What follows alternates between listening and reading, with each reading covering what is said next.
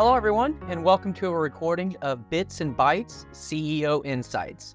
And today we are joined by Mark Schilling, founder and CEO of Schilling IT out of Valparaiso, Indiana, which is just outside of Chicago, I just found out.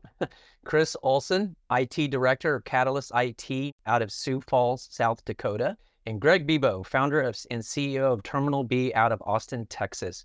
And today we are going to be discussing top action items a company owner can do right now to tighten up your security position.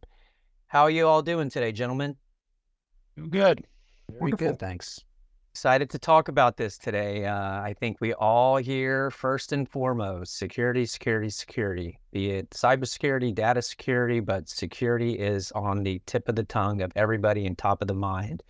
So I'm excited to get into y'all's heads and your minds and have y'all share some advice for company owners of all sizes, those just getting started, those on the upward tick, and those mature firms already. So just starting at the top here, let's start with just foundational security measures.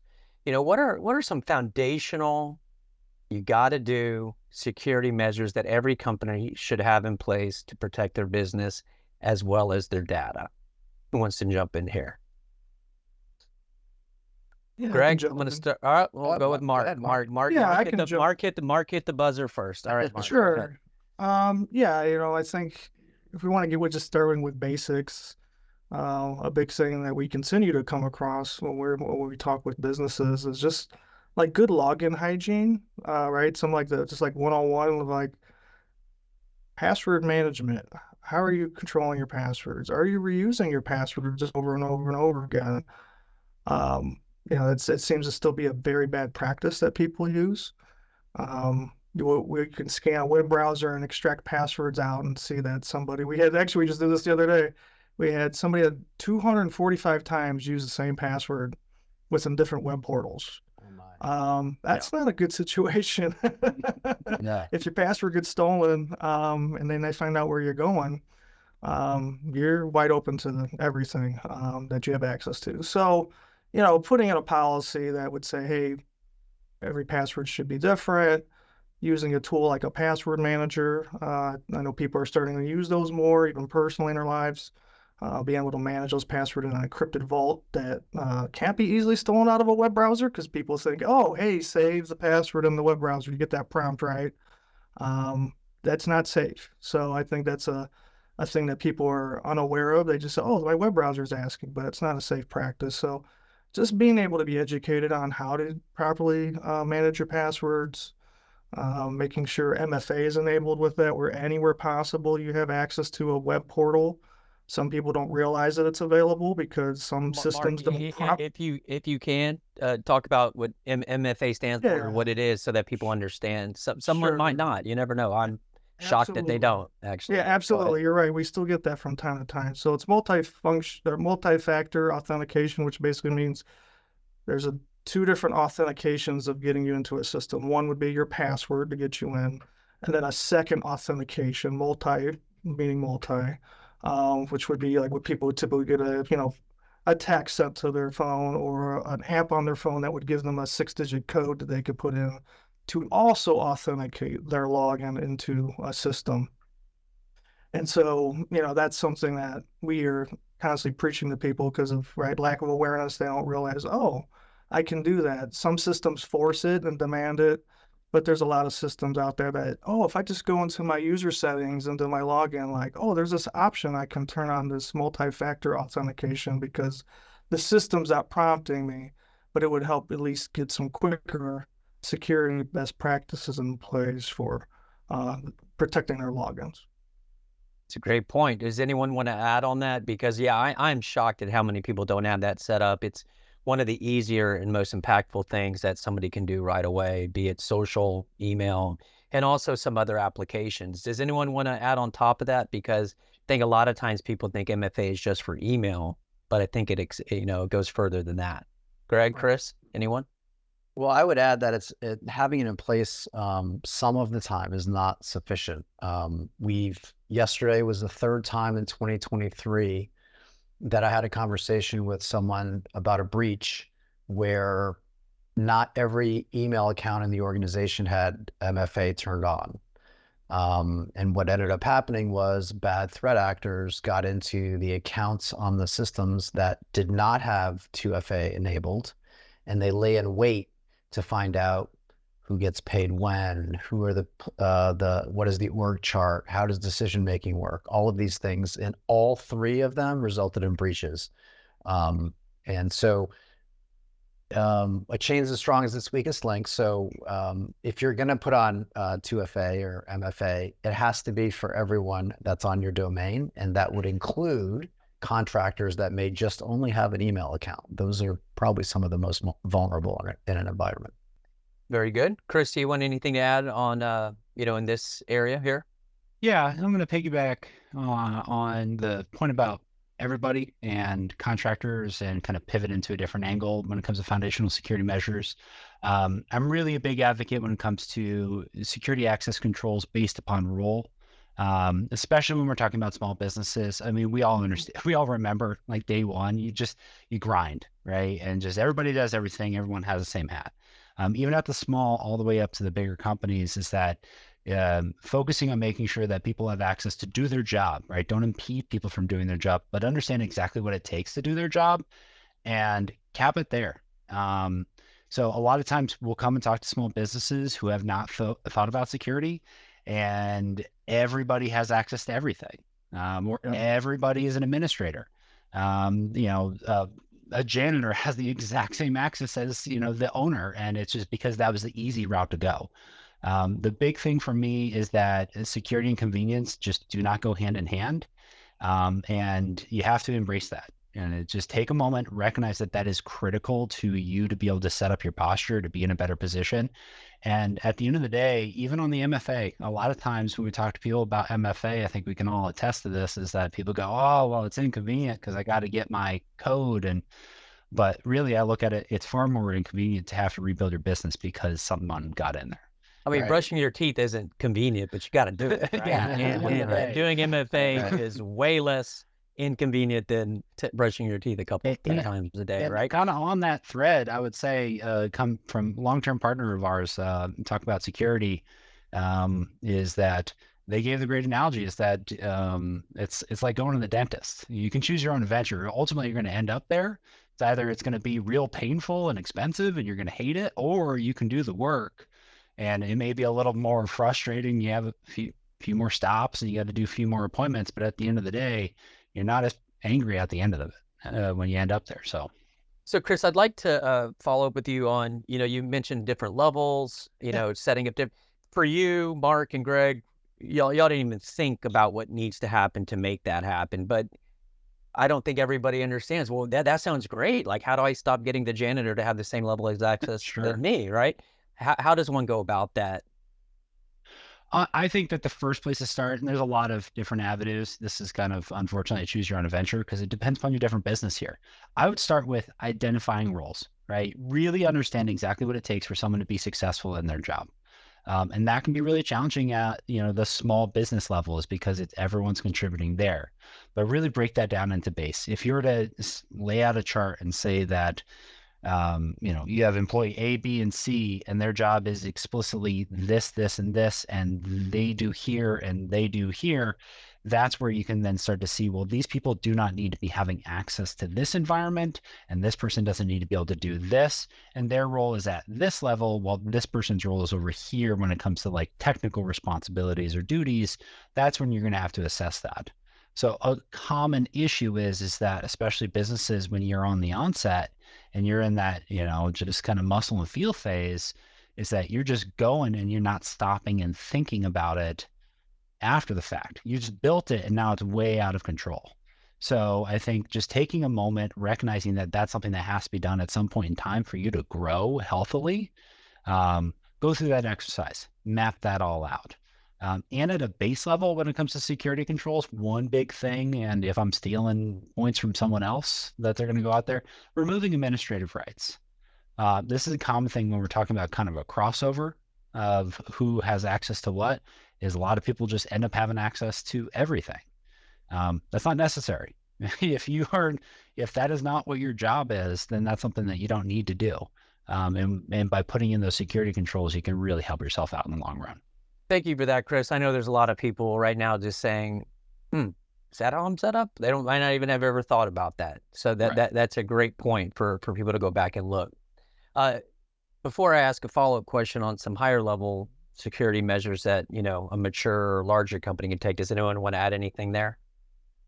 Yeah, I'd like to add to tie into that is also just knowing assets, right? Because asset control is just as important, because if there's got rogue assets, and when I say asset, I mean like a computer, a device that's connected to the network.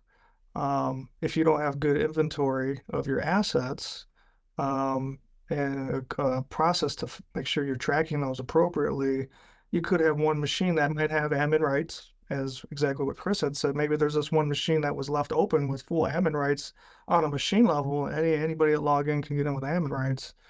Still put you at risk. So you could still have that one or two devices on the network that could still be problematic from a security perspective. So it's just as important to make sure you're managing your assets as much as we are managing the security permissions for the users. Yep.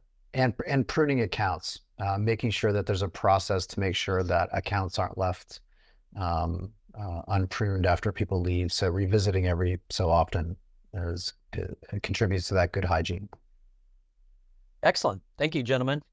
Now to follow up on myself, and what about when a little bit more mature firm, they want to really tighten things up. We talked a lot about some of the starting points, some basic things, and again, I'm going to say it again: get MFA installed, get it implemented and integrated. Do it right now. Do it across social, email, everything. But higher level tools. There's a mature firm that are thinking about it. What are some suggestions that you all have to next level security? Thing that we work on in that perspective is doing what's a penetration test, recurring penetration tests. So working with an outside firm that maybe wouldn't be us, that can come in and do a security assessment to basically just say, can we find vulnerabilities on your network because hey, your IT provider is doing a good job, but as we know, this landscape's always changing with cyber threats, and so there's always new things evolving. And to stay on top of that, working with a company that's proactive, staying on top of what's going on out with the latest threats, and come in and basically try to expose vulnerabilities to patch those vulnerabilities up outside of what might already be, in place, having good practices in place with patching your systems, locking down accounts, doing different types of audits and logging of systems to ensure like best practices are in place for cybersecurity. But yeah, having out a third party come out and do recurring audits to just say, hey, how are we doing and how can we be better? Because there's always areas for improvement. Excellent. Anyone else want to add on that? Yeah, I would piggyback on the penetration test and kind of differentiate between two things there, because everything that Mark said was fantastic. And one thing to call out, a lot of people and businesses don't know, is that there's a distinction between vulnerability testing and then penetration testing as well. And one of the things I really advocate at the higher maturity level is continual vulnerability testing. Is on that exact thread that Mark was talking about, is when they do a penetration test, they're going to identify point in time and things that need to be addressed at that, and ways that attack vectors that people can get in. While vulnerability assessment and there's a lot of products out there that can do continual assessment of that. They'll report back when there are found vulnerabilities and give you a path to be able to patch those proactively. And so I think that that's a really great item to add into your arsenal when you're really getting into the high tuning level as a business that's getting up there. Excellent. Thank you all. Greg, do you have any final thoughts here in and around higher level security? I'm going to go the other direction a little bit here, because I think that although it typically is introduced at a smaller level, it's taken for granted at the higher level, and that is just basic training with your staff on how to use their computers. Safes only is secure if you're unable to coerce the people that can let you in. And so we find that, Outlook, for example, is a safe space. Most people consider that a safe space, but there's I think I read once there was 6 things that can be requested of them that they're gonna jump to and take actions they might otherwise not take. There's a myriad of ways that you can understand kind of how technology works, when you should respond, when you shouldn't respond, when you pick up the phone. And I don't think that companies do a really good job of defining that. They very often will rely on the technology to do it for them. And technology can do a lot of those things, but again, technology is not supposed to, lock everything down so tight that work can't be conducted. And that opening is what allows threat actors to coerce people by, telling them their help is needed, impersonating someone, whatever it may be.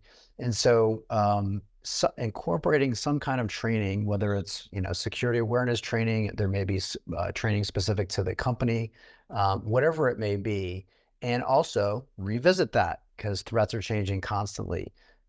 Nobody wants to, no business owner or executive wants to read about their firm in the news as it pertains to a breach. And so I can't stress that enough. And it kind of falls by the wayside, just as a subscription service or people log in, but it really needs to be enforced if the firm's gonna benefit from that. Well, can you touch on that last point a little bit more, Greg, about where they can get or have their employees go find training for stuff like this? What would you There are suggest? quite a few. A quick Google will, we include it in our services for free, but a quick Google search will lead, any security awareness training programs that may exist. Okay. The good ones will allow you to actually track and assign and make minimum scores and stuff of that nature. That's on the, for firms that want to be more hands-on, but the exposure itself is so paramount to making sure everybody's on the same page of what's risky behavior when you use your computer. Fair enough. Awesome. Thank you all. Now, something that I come across often is a lot of confusion or, a lot of unknown around antivirus versus the next level of EDR. A lot of people think because it's been pounded in our head ever since the internet, antivirus, antivirus, antivirus. Would love for one of y'all to jump in and talk about the differences between antivirus and the new gen antivirus, which is EDR, and how much better it can be and how much, I guess, antivirus on steroids-esque that it is. Who wants to hop in here? I'm going to go back to you. Chris hit the buzzer first this time. Go ahead. Sure. I'll add in a little bit. And I think that, there's far smarter people on this call than I, so they can correct me where I'm wrong here. One thing to provide in a distinction is, as you're saying, antivirus is what our classic thing. And we talk to a lot of people in which that their base understanding is we have antivirus on the computer, thus covered. And a lot of the advances in that space have evolved away from your classic basic, what we call dictionary checks, in which that you have an antivirus that reaches out, it gets an update that says these are known bad files. You get a file that's scanned and says, is this good or bad? A lot of the newer next generation antiviruses are going to have different detection engines that are going to look either through behavioral things or different controls and access levels outside of just checking to say, is file good or bad?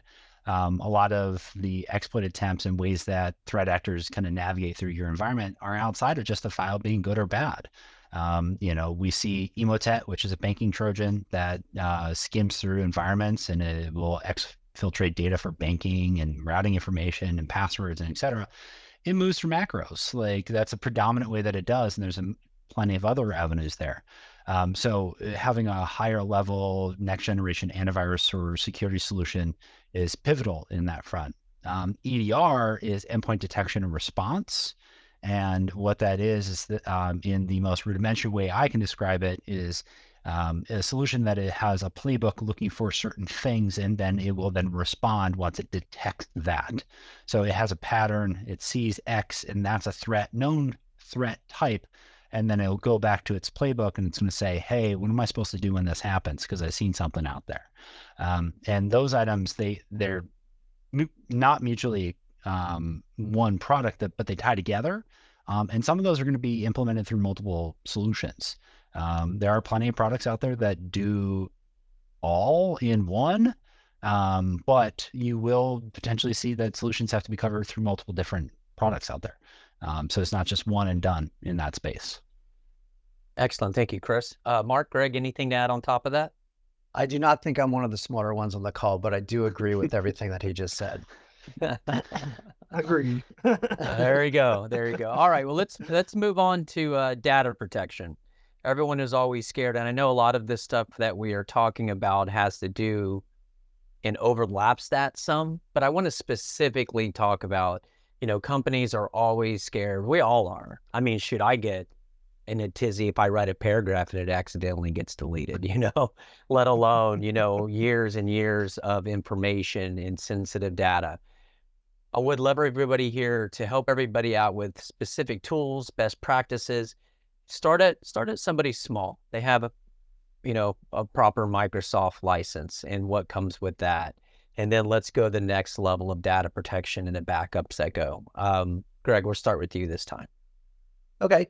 Well, one of the important things about Microsoft 365 that people don't often consider is that the infrastructure is backed up to it fairly well, but your emails aren't. So if someone goes in and deletes an email, that's not going to get backed up. You can't go and then retrieve that. So if that level of backup is required, you do need another backup product to back up your mailbox to make sure you're capturing messages that the user themselves may delete.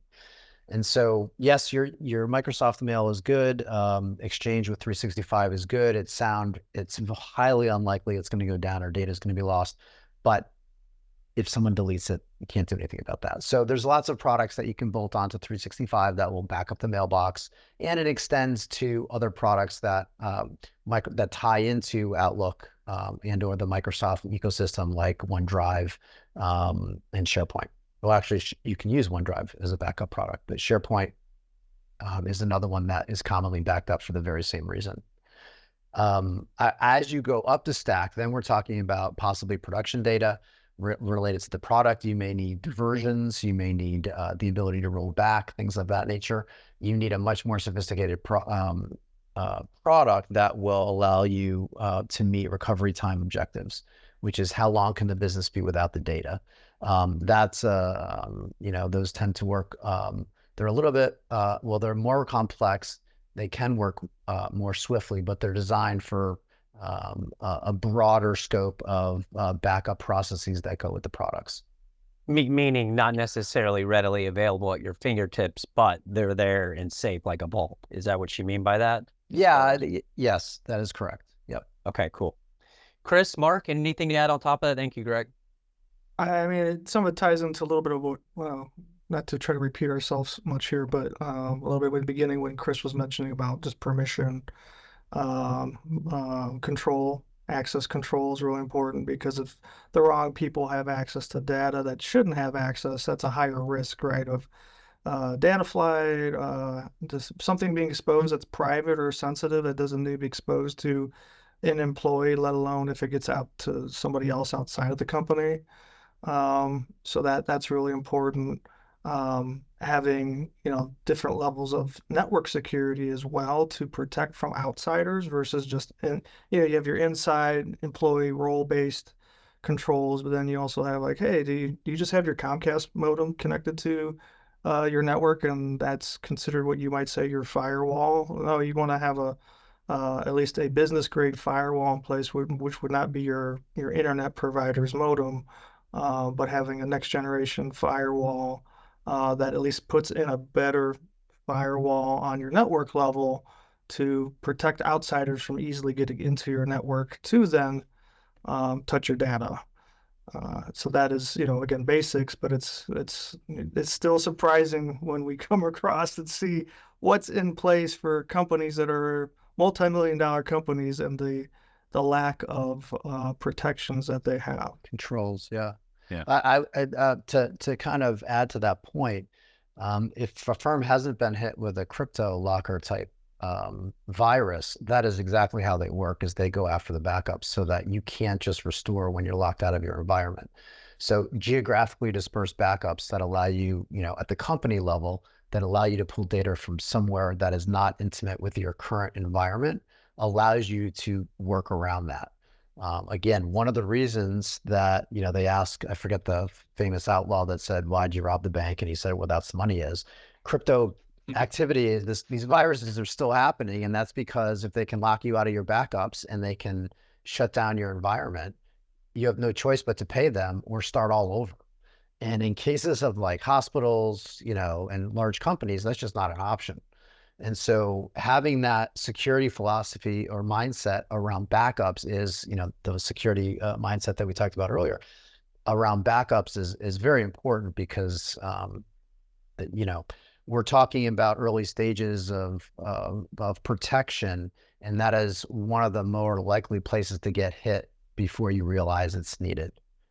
Now, do any of you all, or do all of you have some favorite tools that you utilize in this area? I to save everybody from going over to Yelp to find the best stuff, let's just let them know right now. What are some of the most secure backup solutions that y'all have seen work the best? So we use Veeam. Veeam is one of the products we use for more environment type backups. We use Azure Backup for data that's in the cloud. There's no shortage of backup products as well.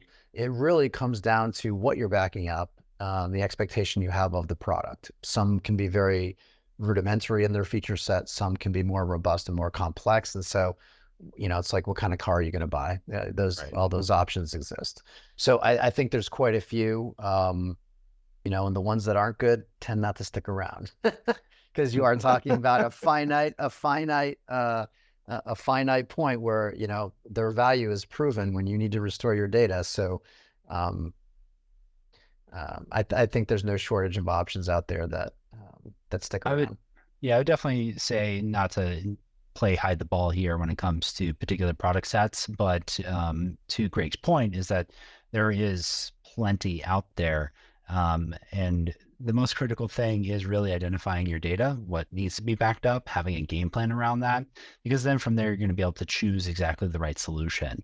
I think that the most critical component of it to me is one. So we follow NIST when it comes to that framework is the 3-2-1 methodology, 3 copies of your data, 2 separate media types. And one of those has to be offsite. To Greg's point, if you are getting hit and you're encrypted and your data is in that same environment, you have nothing to restore from, but being able to have that off in a different location and separated, that's critical. And as well, having a product and having a game plan that ultimately testing your backups.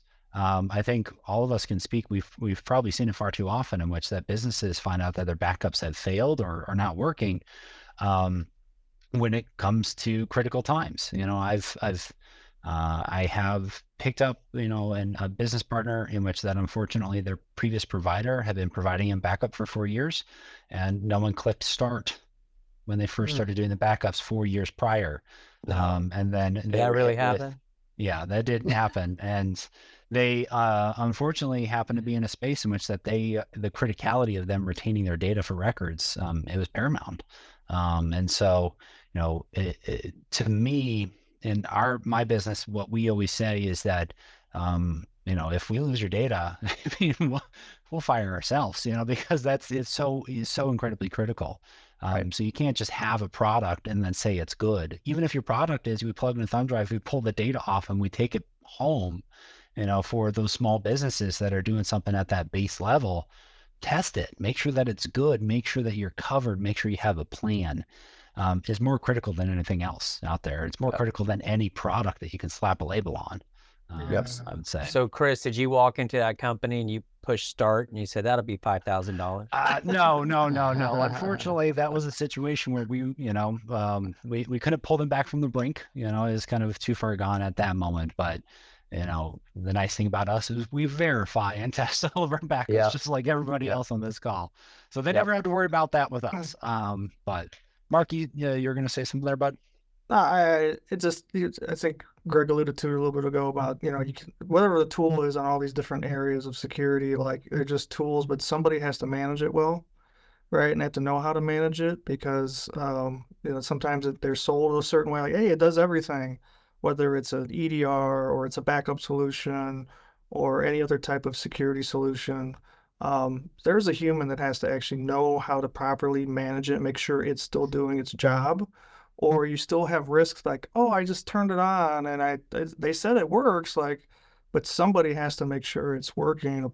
More likely, probably a professional that actually understands those products and can manage them appropriately. Otherwise, again, like the backup sister, perfect example. Oh, well, we put it in place. Well, somebody didn't manage it well, and look Right. what happened. Right. You know, Right. Well, excellent. Well, all of this talk, it's a perfect segue to what I'd like to talk about next is, when the what hits the fan, your incidents response. What ifs, I think I forget the number. I think it's in the high 90 percentages, but it's human error is what causes most breaches. So it's obviously, or they can literally accidentally delete a lot of backup files, right? So in y'all's experience, as well as looking forward and to give advice here, are there any key elements of an incident response plan that people should focus on when the proverbial, what does, like I said, hit the fan? It's almost good that you're silent. It means y'all don't have to deal with this a lot, but I'm sure you've heard of stuff and I'm sure you would say, okay, well, I'm sure you've gone into places that have happened. What steps did you take to kind of start to untangle, help people out? And if they are being held hostage, we can quickly talk about that, but you're not going to like the answer. But we will share at least I will share, some stories that I've heard and how that works. But let's talk about helping people out of a mess. Like, I just lost everything. Like, what can I potentially do right now? Okay, so if we're talking just being, just realizing that there was an incident, probably the first, if you're working with a managed service provider, we would notify them. We would recommend notifying them. We would also recommend you calling your insurance company, because in a lot of cases, the insurance company has teams that are specifically put together to explore cyber incidents and or negotiate with bad actors. So your IT firm typically, or your MSP or your IT staff, can help you identify maybe some particulars about what went down. But really, we're in the world of insurance, because the IT firm's not going to be paying out the ransom, for example. That typically comes down to an insurance claim. And so when the insurance company is involved, they want to drive. They want to make sure that everything's being done according to their specifications. And that's when it kind of turns over to them. Now, there's all kinds of incidents that could happen in terms of breaching. I just got locked out of my LinkedIn account. I did not have 2FA in place. I got locked out of my LinkedIn account. I mean, that's the kind of thing I could call, I took care of it, but if that kind of thing I happens, appreciate your honesty, CEO. Yes, I know. Of an IT managed service provider. It's locked down now. It's locked down now. if you see my picture on your post, don't be surprised. Yeah, that's yeah. But there's other kind of incidents that could happen where an IT firm would take it. But if you're in a situation where you have ransoms being demanded, that is more than a technical issue. That becomes an insurance matter. On that, before you even got to the point of insurance, have cybersecurity insurance. Let's start there, right? Yes. A common item that That's comes a great point. Thank you, Chris. I was thinking. Yeah. Wait, that's not included in my business insurance? It's not. And so that's a great question, Greg. So with it though, and this happens a lot, talking to a lot of businesses, they'll come and ask, well, don't I have these security protocols? I'm good. I don't need it. And at the end of the day, the answer is no, you need cybersecurity insurance. As Greg pointed out, your managed service provider, your IT service provider, they're going to have the tools to help and support in that process. But ultimately, the security team of the cybersecurity insurance is going to be running that operation if you're getting to that level. And so no matter your maturity, if you're the top tier up there as a business, you need cybersecurity insurance. If you're just a small little firm, trust me, you're a target, right? You hear it a lot. People go, well, I'm just a small company. No one wants my data. It doesn't matter. You're on the internet, you are a target, and there's a cost to your operations. So cybersecurity insurance is critical for those exact reasons. So, Chris, thank you so much for bringing that up. And I think we all know, now this is bad news, good news. Start with the bad news is insurance premiums with cyber, I'm hearing, are going up like 300% and 400%, right? and becoming more and more difficult to attain. That too. Now, on that note, work with your IT department, work with your IT managed service provider, get what's needed by those insurance companies to see where you are, because your premiums will come way, way down. Well, A, you'll be qualified straight up because you're not, B, your premiums are going to come way down. So do not like have these things separate. That needs to be part of your IT department. Your IT managed service provider needs to get that list so they can go down that checklist and take care of everything to lower your premiums, to make it affordable, because it's getting expensive. But at the same time, I personally, and this is just me, have talked to 2 people that had their businesses saved because they had cyber insurance. They got locked out and they had to negotiate a ransom. It's just like the movies too, really, from their stories that they told me, is they negotiate with the terrorists or whatever, and they make a deal with them, and they actually they send the information back once they get their money. It really works the way you think it works. But you don't got that insurance, you don't got those chunks of money that's what you pay it for. I mean, everybody has insurance with car, home, do it for your business. And right now in business these days is cyber insurance. So sorry, get off my high horse there, but it's a big deal that I think people just overlook like way too often. Yeah, way too often. I'll also add that you will be treated more favorably if you are submitting your security position to the insurance company, as opposed to them requesting you to fill something out on their form, because you've already identified to the insurance company that you take security seriously, and here are the things that you have in place in your environment. That is a much different position than someone that goes for a policy and says, what am I eligible for? And they say, well, fill out this form. By taking the initiative to know the security posture of your organization, you are sending a signal to the insurance company that is top of mind for you, and that bodes well in the rates that you'll be granted. Excellent. Anyone else have any parting thoughts there, and then we'll just get to our last topic here? Yeah, it's not a fun topic for a lot of people, right? It's more money to be spent, especially if they're not having it. They don't have the coverage.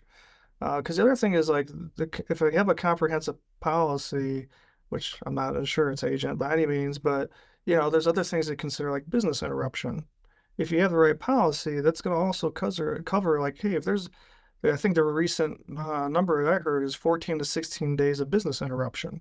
If you have a ransomware attack specifically, can you afford to be down for 14 to 16 days while the insurance company is doing all or maybe they don't have insurance and you're worried about your IT provider or some other third party that's trying to help, mitigate the situation? Can you afford to be down for 2 weeks with your operations possibly halted? IT might be able to restore backups and do a few things to get you going, but it's still going to cause a major disruption. So the policy also covers that. And some policies even cover reputation. How's this is there a big breach? Did a bunch of sensitive data get touched? Can you recover from your reputation being tarnished, and having some help from the insurance cover those issues as well? So it's I think it's education. It's where we lack in our industry at times. We're so quick to just say, hey, here's the nuts and bolts of what I do, but not really educating the why, which is obviously why we're having this conversation. But as we continue to educate better, I think people will say, okay, that makes sense because somebody really did explain it to me, versus I'm just trying to sell you this product to, make a buck, right? Yeah, no one likes insurance. Yeah. No. Because we hardly, if we're lucky, we never use it, Well, it'll never happen. It'll never happen to me. It'll never happen to me. It'll never happen to me, but it happens to lots of people. So, if it wasn't necessary, then the insurance companies wouldn't be out there, right? They play a critical role. And it wouldn't be a booming industry either. I don't like that it is, but it is what it is, Yeah. I mean, I guess when, beginning of times people started dying, you're like, oh, wait a second, we gotta do something about this, right? Now we are in cybersecurity. Now to kind of just tie things up here, just real quick, and again, y'all may or may not have your go-to, but to help, point people to stay on top of emerging threats and where they can be informed of the latest cybersecurity threats and trends, any proactive, measures that people can stay on the education level. Do any of you have any go-tos that you constantly are looking at or reading or watching that other people can kind of join in on? So I would recommend, the Cybersecurity Infrastructure Security Agency, so CISA. So that's federal agency overseeing cybersecurity. They have a lot of great resources. And if you're not going to go out to their website, you can actually subscribe for alert feeds, and they'll send you emails about emerging threats that are happening. Some of it's a high level technical, but they will touch base and say, hey, we're seeing an active threat in this particular industry, this piece of software, these items. They'll bullet point those out. And so those, you get regular emails on that. I would encourage that. Yeah, I agree. Excellent. Yeah, that's one I would recommend as well. All right. Awesome. Mark, anything to add there, or is that what you also keep in tune with? For the non-technical person, yeah, I mean, that's the saying. I mean, I personally, there's a lot of different people I follow on LinkedIn if you're in the social media. So there's a lot of folks in the cybersecurity world that they don't talk over your head, but they provide a lot of good information if you like to read off of social media. And it's easy to just start researching and finding people quickly to follow. But outside of that, yeah, there's just Google is a great resource. Do you have any particulars on LinkedIn that we can give a shout out to? That's really Schilling IT. Schilling IT. Schilling IT. I think one person that probably people would could listen to and read easily is Wes Spencer. He's very good with communication in regards to talking about cybersecurity a lot, where he makes it very relatable where people can understand versus getting very technical. Okay. He would definitely be one resource I would recommend.